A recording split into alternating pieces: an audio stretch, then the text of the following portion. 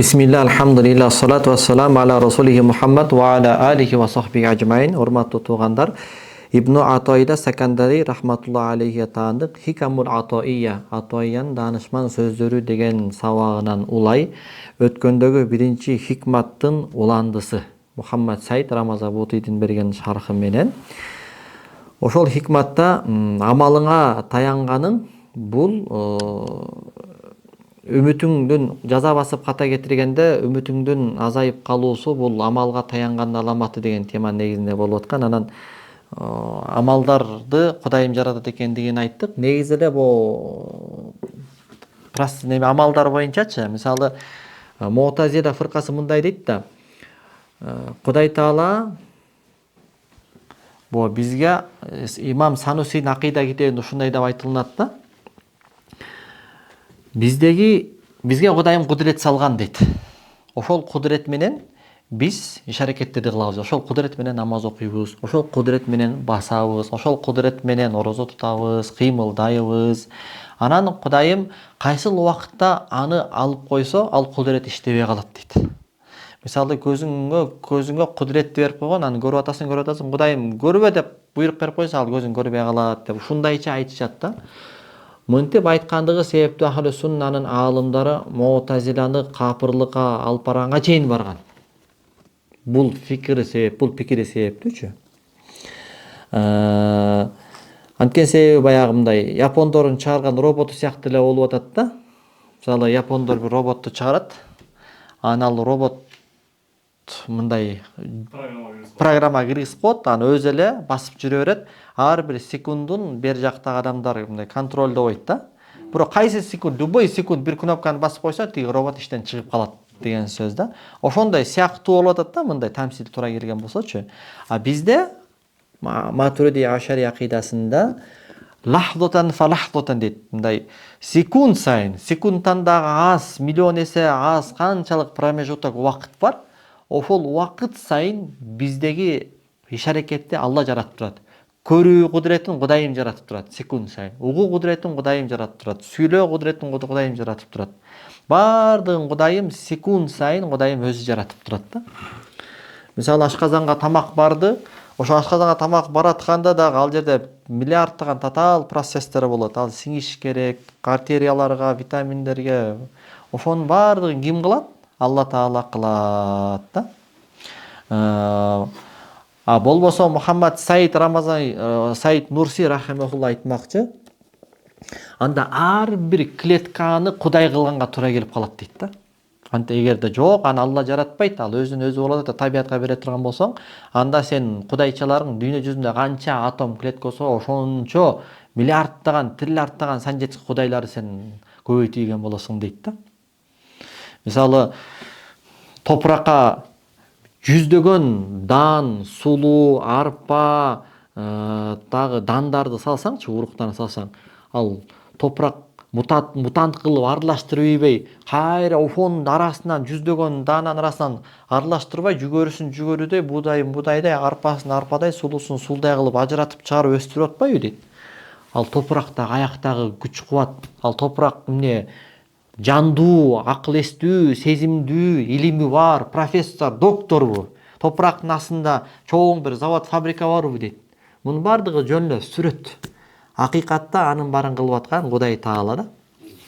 Ансыңарындай ошол жанакы аятта айтып атат да, булчу. Анда мына аят кайда кетти? Удхулул жанната бима кунтум таамалун. Бейишке киргиле, кылган амалдарыңар себептүү дегендей эми которгондо. Десе, мунун жообу дейт, ушундай дейт. Ал жообун укканда кайра Аллага болгон сенин сүйүүң артат дейт. Аллага болгон кулчулугуңа дагы шыктанууң артат дейт. Анткени бул Курандагы аят бир тараптан болгон гана чечим дейт. Ал Аллах Таала. Эки тараптан болгон келишим эмес дейт. Эки тараптан болгон келишим бул жанакы пенде менен пенденин ортосунда болот да. Мисалы мен үй сатып атам, 5.000, 50.000 доллар десем, байыш бекем келет дагы, мен 50.000 доллар. Келе ар үйүңдү, бошотуп бер. эки тараптуу келишим да. Кудай Таала, о пенделерим, бейиш бар, бейиш. Сатылат. Баасы мындай десе, анан биз өзүбүздүн маңдай терибиз менен тапкан акчаны келтирип, мына бейиштин наркы. Ал деген намаз окуш беле, арамдан алыс болуш керек беле, аларды кылып койдум. Давай бейишиңди. Дегидей эки тараптуу келишим эмес дейт бул жерчи.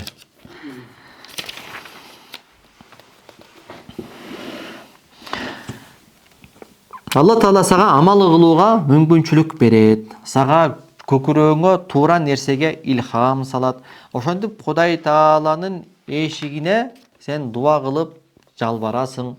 О Кудай, сенин жардамың болбосо мен жакшылык кылууга дагы күчүм жетпейт. Сенин жардамың болбосо жамандыктан сактанууга дагы дараметим жетпейт. Көкүлүм сенин колуңда, тагдырым сенин колуңда. Аны кандай кааласаң ошондой сен калчайсың. Менин көкүлүмдү тууралыкты көздөй жолдо. Мени акыйкатты көздөй жолдо деп Кудай Тааладан хидаят сурайсың. Кудай Таала сенин дуаңа жооп берет. Көкүрөгүңдү жакшылыкка ачат. Жакшы амалга сага көкүрөгүңө оомат, илхам салат. Анан Алла Таала кыямат күнү удхулул жанната бима кунтум таамалун, кылган амалдарыңар себептүү бейишке киргиле дейт да. Кудай Таала мындай кыргызча айтканда, эгер тамсил туура боло турган болсо, улуу башын кичик кылып, Кудай Таала пенделерине менин айкөлдүгүм менен, менин берешендүүлүгүм менен бейишке киргиле дебестен, кылган амалдарыңар себептүү бейишке киргиле деп коет экен да. Бул Алла Тааланын сөзү дейт. Тек гана сени менен анын ортосундагы болгон мамилеге ыраазычылыгын билдириш үчүн гана айтылган дейт. Кудай сактасын, бул сенин бейишиңе нарк, баа катары берилген нерсе эмес дейт. Бул бейиш бизге Алла Тааладан анын айкөлдүгүнөн, анын берешендүүлүгүнөн, мээрими менен гана берилет дейт. Эгерде сен бул жерден жок мен канаттандыра албадым, чотто мен мунуга канаттанганым жок дей бере турган болсоң, жок, пенде менен Алланын ортосундагы мамиле бул алыш бериш эле мамилеси. Бейишке баа койду, нарк койду, баасын бердим, төлөдүм. Ошентип ошону менен мен бейишке ээ болдум дей турган болсоң, жана ушул даабаң менен кыямат күнү Кудай Таалага барып, анан мен бейишке акылуумун жана ал жерде түбөлүктүү жашоого акылуумун, сен менден талап кылган амалдарды өтөгөнүм себептүү дей бере турган болсоң, анан Алла Таала сени эсеп кысапка ала турган болсо, ошондо сенин даава кылган амалыңдын чаңы дагы калбай калат дейт. Алла Тааланын сага болгон мээриминин, Алла Тааланын сага болгон ырайымынын, салтанатынын алдында сенин амалдарың чаңга дагы, түккө дагы арзыбай калат дейт. Буга дагы жакшыраак тамсил айтайын дейт. Тамсил менен дагы түшүнүктүүрөөк болот дейт зээндеригечи. Мисалы, атасы, эми валиллахил масалул а'ла, Кудай Таалага улуу тамсилдер болсун. Атасы баласына берешендүүлүккө, жакшылыкка, адамкерчиликке сабак бериш үчүн баласы менен ушундай бир методиканы колдонот дагы. Баласына: уулум, тети отурган кедей бир байке отурат, тиякта көрдүңбү? Ошого акча бере турган болсоң, мен сага түкүнчө белек алып беремин дейт дагы. Атасы баласына билгизбей, анын чөнтөгүнө акча салып коет дейт. Анан баягы бала атасын убада кылган белегин үмүт кылып, чөнтөгүнөн баягы акчаны таап алып, тамтаңдап барып, баягы адамга баягы акчаны сунат. Ошондо атасы баласынын бул тамтаңдап кылган амалына сүйүнүп: ой балам, Алла ыраазы болсун, карачы, сен жоомарт турбайсыңбы, берешен турбайсыңбы, жоомарттар ушундай болуш керек деп баласын алкап жактап, анан кудум эле баягы баласы өзү ошону затея кылып, өзү ошол идеяны өзү чыгаргансып, өзүнүн маңдай тери менен тапкан акчасы менен ошол кедейге барып акчаны берип койгонсуп, азаматсың балам, сен берешендүүлүк кылдың. Ушул берешендүүлүк себептүү сага убада кылган жанагы белегим мына десе, эки тараптуу келишим болгон болобу дейт бул. Кудай Тааланын биз менен болгон алака байланышы ушундай эле болуп атпайбы дейт. Кудайым бизге орозо карма, намаз оку, мусулман бол дейт. Анан көкүрөккө жакшылыкка илхамды ал өзү салат. Анан ошол намаз окуганга күч кудуретти өзү берет. Орозо кармаганга күч кубатты өзү берет. Садака кылганга байлыкты ал өзү берет. Алла берген илхам менен, Алла берген күч кубат менен жанакы нерсени кылсаң, анан кудум эле Кудай Таала аны сен өзүң кылып койгонсуп, өз мээримдүүлүгү менен, айкөлдүүлүгү менен Кудай Таала бизге пенделерим бейишке киргиле, кылган амалдарыңар себептүү дегени жанакы ата менен кичинекей баланын ортосундагы мамилени эч айырмасы жок дейт. Биз кичинекей бала деп шеңиреңдеп, мен кыйратып койдум дейсең, бул жерде кандай адепсиздик болот? Жана кичинекей бала шеңиреңдеп, аңараңдап, мен деп төш кага бергенде туура эмес да, мисалычы, ошондой эле кеп дейт да. Демек, бул Кудай Тааланын бул көркөм ахлагы да, Кудай Тааланын көркөм адеп ахлагы, Кудай Тааланын берешендүүлүгү, мээримдүүлүгүнөн гана кабар берет бул нерсечи. Демек, Алла Таала Кур'ан-ы Каримде удхулул жанната бима кунтум таамалун, бейишке киргиле, кылган амалдарыңар себептүү дегени мына ушул өңүттөн түшүнүлүш керек дейт.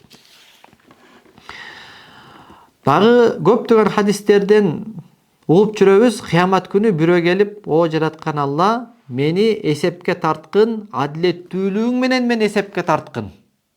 Жана мен акылы болгон нерсе менен мен эсепке тарткын. Анткени менен бүтүндөй жашоомду бир да күн сага тоң боюндук кылбай, итаат менен өткөрдүм дегенде, Алла Таалага берип койгон эки көз белегин эскертет. Анан ушул көз деген белектин акысын өтөй алдыңбы, эй пендем деп, анан ошол көз белеги таразанын бир тарабына коюлуп, өмүр бою кылган анын итааттары таразанын экинчи тарабына коюлганда, Алла Тааланын көз белегинин алдында жанакы адамдардын өмүр бою кылган амалдары түккө арзыбай калган болот. Жана бирөө айтып атпайбы?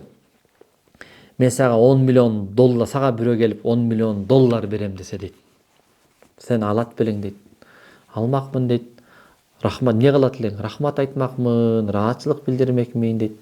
Бирок бир шарт менен берет да, десе, кандай шарт десе, эртең менен ойгонбой каласың. Конечно, албайт болчумун дейт да. Көрдүң де, ар бир таңда ойгонгонубуз бизеки 10 миллион доллардан да кымбат экен да.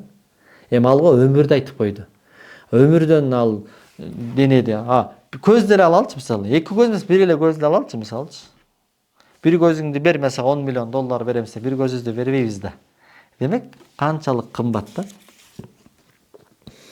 Демек, ошол Кудай Тааланын бизге берген дүнүйө жашоосунда ушундай айланып жашап жүрөбүз. Анан ошол жашообузда чексиз неаматтар менен жуурулушуп атабыз. Ошол жашообуздун бир көзүр меми эле өмүр бою биздин кылган ибадатыбыздан да артык турат экен. Бир дегенде эле Кудай Тааланын неаматтарын санасак, миллиард болуп кетет экен.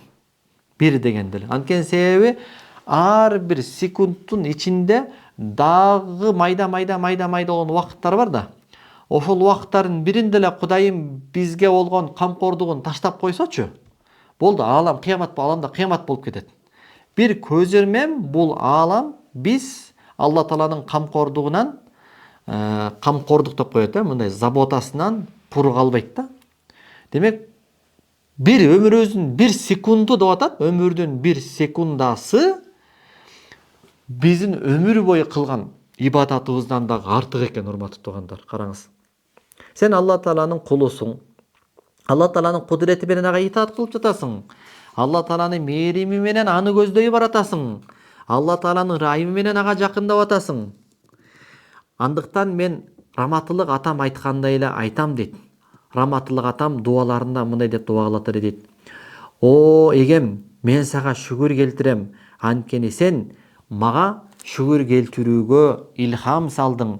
Ал эми бул шүгүрүм сага кайрадан шүгүр келтирүүмдү важип кылат. Ал шүгүрүм кайрадан ал шүгүр үчүн болгон шүгүр келтирүүмдү важип кылат. Демек бир эле жолу сага шүгүр келтирип коюум токтоосуз өмүр бою кайра анын артынан шүгүр келтирүүмдү талап кылат дейт да. Караңыз. Демек Алла Тааланын удхулул жанната бима кунтум таамалун кылган амалдарыңар себептүү бейишке киргиле деген аяты бул бир тараптан болгон эле чечим экен. Эки тараптуу чечим эмес. Жана пенде менен пендедегидей. Бейиш койдум, баасы мына. Бирөө келди дагы мына баасы ушул экен, итаат кылдым, буй арамдан тыйылдым, давай дегидей эки тараптуу чечим эмес дейт. Ал эми биз дейт билишибиз керек, бейишке киребиз Алла Тааланын 100% айкөлдүгү менен гана. Айкөлдүк деп которуп жүрөм мен эми. Балким кыргыз тилин жакшы билгендер дагы жакшыраак которушса керек. Бирок мен ушундай деп которуп көнүп алгам да. Ал араб тилинде фадл деп коет да. Бул фадл деген артыкчылык деген сөз да. Мисалы, фадил ашыкча нерсени, мисалы, фадула ашып калган нерсени фадула дейт мисалы. Адам акылуу болбой туруп, анан алган нерсесин айкөлдүк деп коет да. Мисалы, бирөө менин кечиримиме арызбайт. Ал жерде мен анын башын кыя чабышым керек эле. Мисалычы, өткөн заманга түшөлү да мисалы. Менин жакындарым башын кыя чапкан, ал кангаган деп туруп өлтүрүшүм керек эле, бирок мен аны кечирип койсом, мен тараптан болгон айкөлдүк болгон болот бул. Же болбосо бирөө менин тамымды шыбап берди. 10 000 сомго сүйлөшкөнбүз. Мен ага 20 000 берип койсом, 10 000 сом анын жеке акысы болгон болот. Аркы 10 000 сом мен тараптан ага кылынган айкөлдүк болгон болот. Анткени ага эч акылуу болбостон туруп чыкты да. Ошону айкөлдүк деп коет. Биз 100% Кудай Тааланын айкөлдүгү менен бейишке киребиз. Анан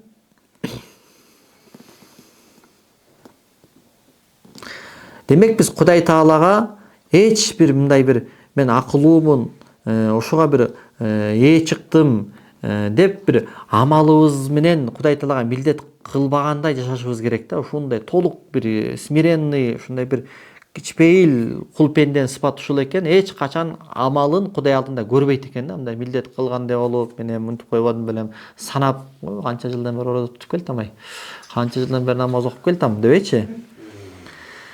Биз Кудай анда эмнени үмүт кылалы? Биз тек гана Кудай Тааланын мээримин, кечиримин гана үмүт кылууга акыбыз бар дейт. Бир оолия адам өлүп калган экен. Түшүндө башка оолия досунун түшүнө кириптир. Анан тиги оолия досу өлүп калган оолия досунан сурайт экен. Кудай Таала сага кандай мамиле кылды? Болгон окуяда. Анткени оолиялардын кашфтары бар да. Акыйдада билебиз, оолиялардын караматы чындык. Кудайым сага кандай мамиле кылды десе, Кудай мени эсеп-кысапка алдына тургузду дейт. Анан айтты дейт. Мага эмне алып келдиң дептир да. Эмне алып келдиң эй пендем мага дегенде, баягы пенде, Кудай, Кудайым, мен кулмун. Кул сага кул кожоюна алып келгидей бир нерсеге ээби. Мен сага үмүтүм менен келдим. Сенин кечиримиңе болгон үмүтүм менен келдим деген экен да. Мына. Таухид ушундай болуш керек. Момундун таухиди ушундай болуш керек. Жана ушул таухид менен ар бир момун журулуш керек дейт. Кудай, мен сага эмне алып келет элем? Мен кулмун. Кул кожоюнга эмне ал? Эч нерсеге эмес да. Фыкхта деле кулдун тапкан акчасы кимдики? Кожоюндуку да. Ошондуктан сенин үмүтүң, мээримиңе гана үмүт кылып келдим деп атат. Карачы дейт, кулчулуктун маңызы мына ушундай болуш керек дейт. Эртең Кудай Таалага ушундай сезим менен кетишибиз керек дейт. Эгерде бул сезимди, бул акыйкатты ким бүгүн түшүнбөсө, анда ал эртең түшүнөт дейт. Бирок эртең түшүнгөндө кеч болуп калат деген сөз да. Мына бу Имам Бухаринин риваят кылган хадисиндеги пайгамбар алейхиссалату вассаламдын хадиси, Абу Хурайра риваят кылган Айша энебизден. Ошондой эле Абу Саид Худринин хадиси, ошонун баардыгынын мазмуну ушундай экен да. ушул мазмунда келет экен. Ла юдхила ахадакум ал жанната амалуху. Бул жерде хадистин дагы сөзүнө жакшылап көңүл буруп койгула дейт.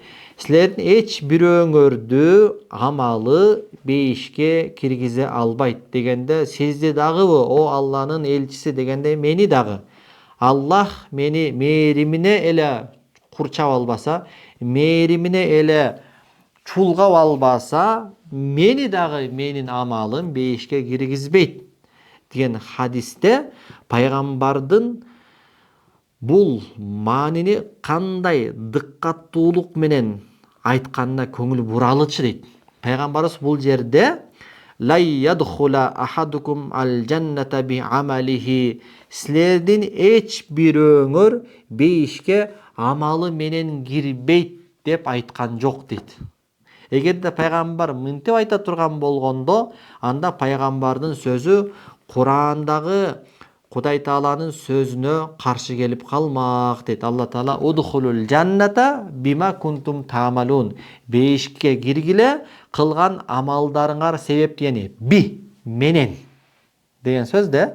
Ансыгарда пайгамбарыбыз эмне деп айтты? Ла ядхула ахадукум ал жанната би амалихи, эч кимгер бейишке амалыңар менен деп Курандагыдай кылып айткан жок. Яни амалыңар менен бейишке киресиңер деп атса, Кудай Таала Курани Каримде пайгамбар амалыңар менен бейишке кирбейсиңер деген жок. Эмне деп айтты анда? Пайгамбар ла юдхила ахадакум ал жанната амалуху, эч кимиңерди амалыңардын өзү бейишке киргизбейт деп айтты дейт. Тагыраагы сен амалыңа таянып алууң, Кудай Тааланын мээримине, анын кечиримине үмүт кылбастан амалыңдын жеке өзүнө гана таянып алууң дейт. Бул сенин үмүтүңдү таш каптырат жана сенин көздөгөн максаттарыңдын эч бирөөсүнө сени жеткирбейт. Анткени ошол сенин арзыбаган амалыңды өзүнүн мээримине жана бейишине алып бара турган жол кылып койгон ким? Бул Алла Тааланын рахматы, Алла Тааланын кечириминин кенендиги, Алла Тааланын мээримдүүлүгү, берешендүүлүгү дейт. Бул жерде бул араб тилин грамматикасын билгендер болсо дагы түшүнүктүүрөөк болмок. Ба деген харф бар да. Харф деген бул өз алдынча мааниге ээ боло албайт. Бирок бир сөзгө кошулуш менен маани чыгат да. Муну кыргыз тилинде мүчө деп коет. Мисалы да мүчөсү. Эч кандай мааниге эмес. Бирок базарда десең уже базардын ичинде деген маани чыгат да. Үйдө десең уже үй болгондо өбөгө айланып кетет. Үйдө, үйдүн ичинде деген маани чыгат, мисалы. Анысыңарындай араб тилинде ушундай мүчөлөр бар да. Но ошол мүчө би деген сөз бул мүчөдө кылган амалдарыңар себептүү деген маанини берет да.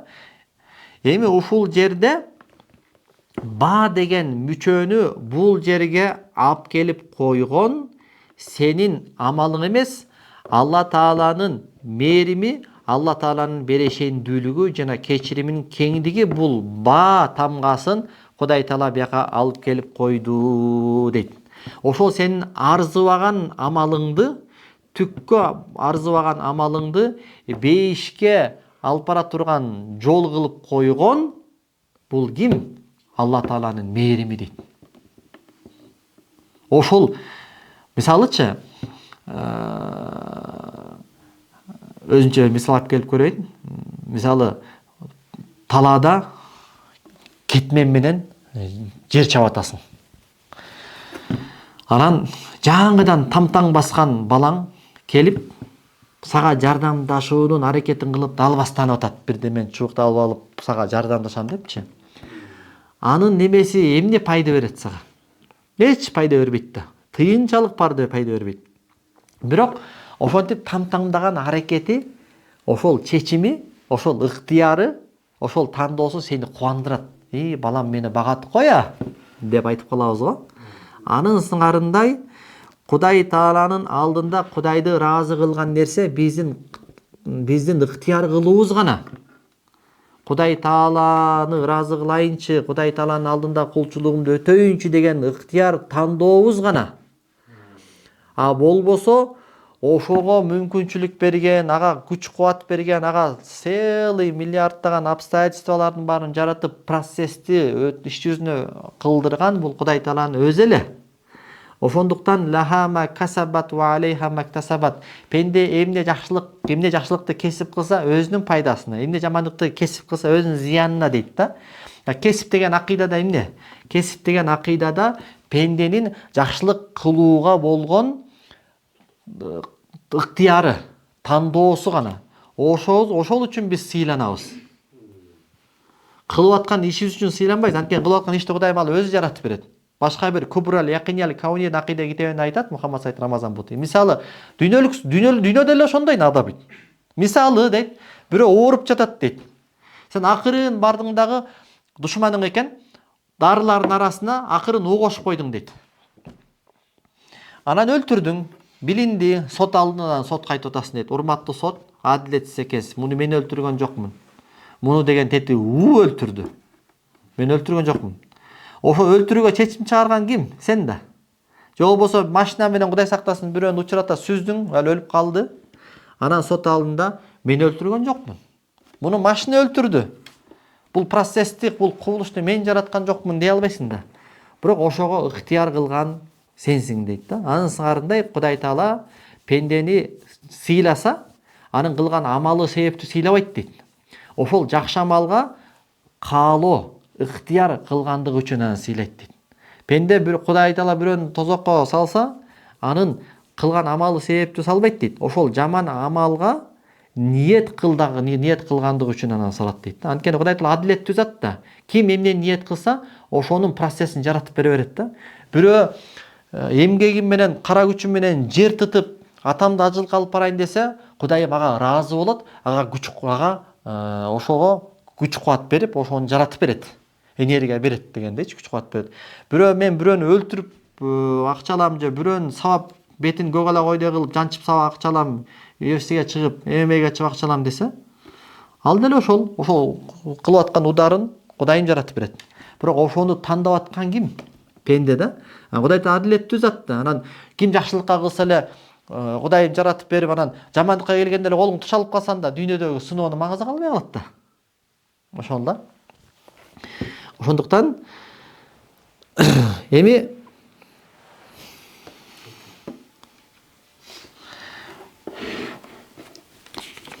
Кудай Таала мисалы Кур'ан-ы Каримде айтат: "Ман заллази юқридуллаху қардан хасанан файюдаифаху лаху дафан касира." Кудай Таалага көркөм карыз бере турган бирөө жарым барбы? Аллах анын карызын эселеп кайра кайтарып берсин дейт да. Ушундай эле кеп дейт. Эми бул аяттын сыртын карап туруп, Кудай Таала карыз сурап атат, мен берем карыз деп анан карыз акча берип, о Кудай, сен менден карыз сурагансың, сен бакш муктаж болуп калган турбайсыңбы? Мына, менде толтур акча бар. Анан Кудай Таала карыз берип турган, кайсы апенди мындай ишке барат дейт. Кайсы маком мындай чечимге барат дейт да. Бул белгилүү дейт да, Кудай Таала кандай максатта муну айтып аткандыгын. Жанакы аят момундан эч айырмасы жок дейт. Удхулул жанната бима кунтум таамалун. Бейишке киргиле кылган амалдарыңар себептүү деген.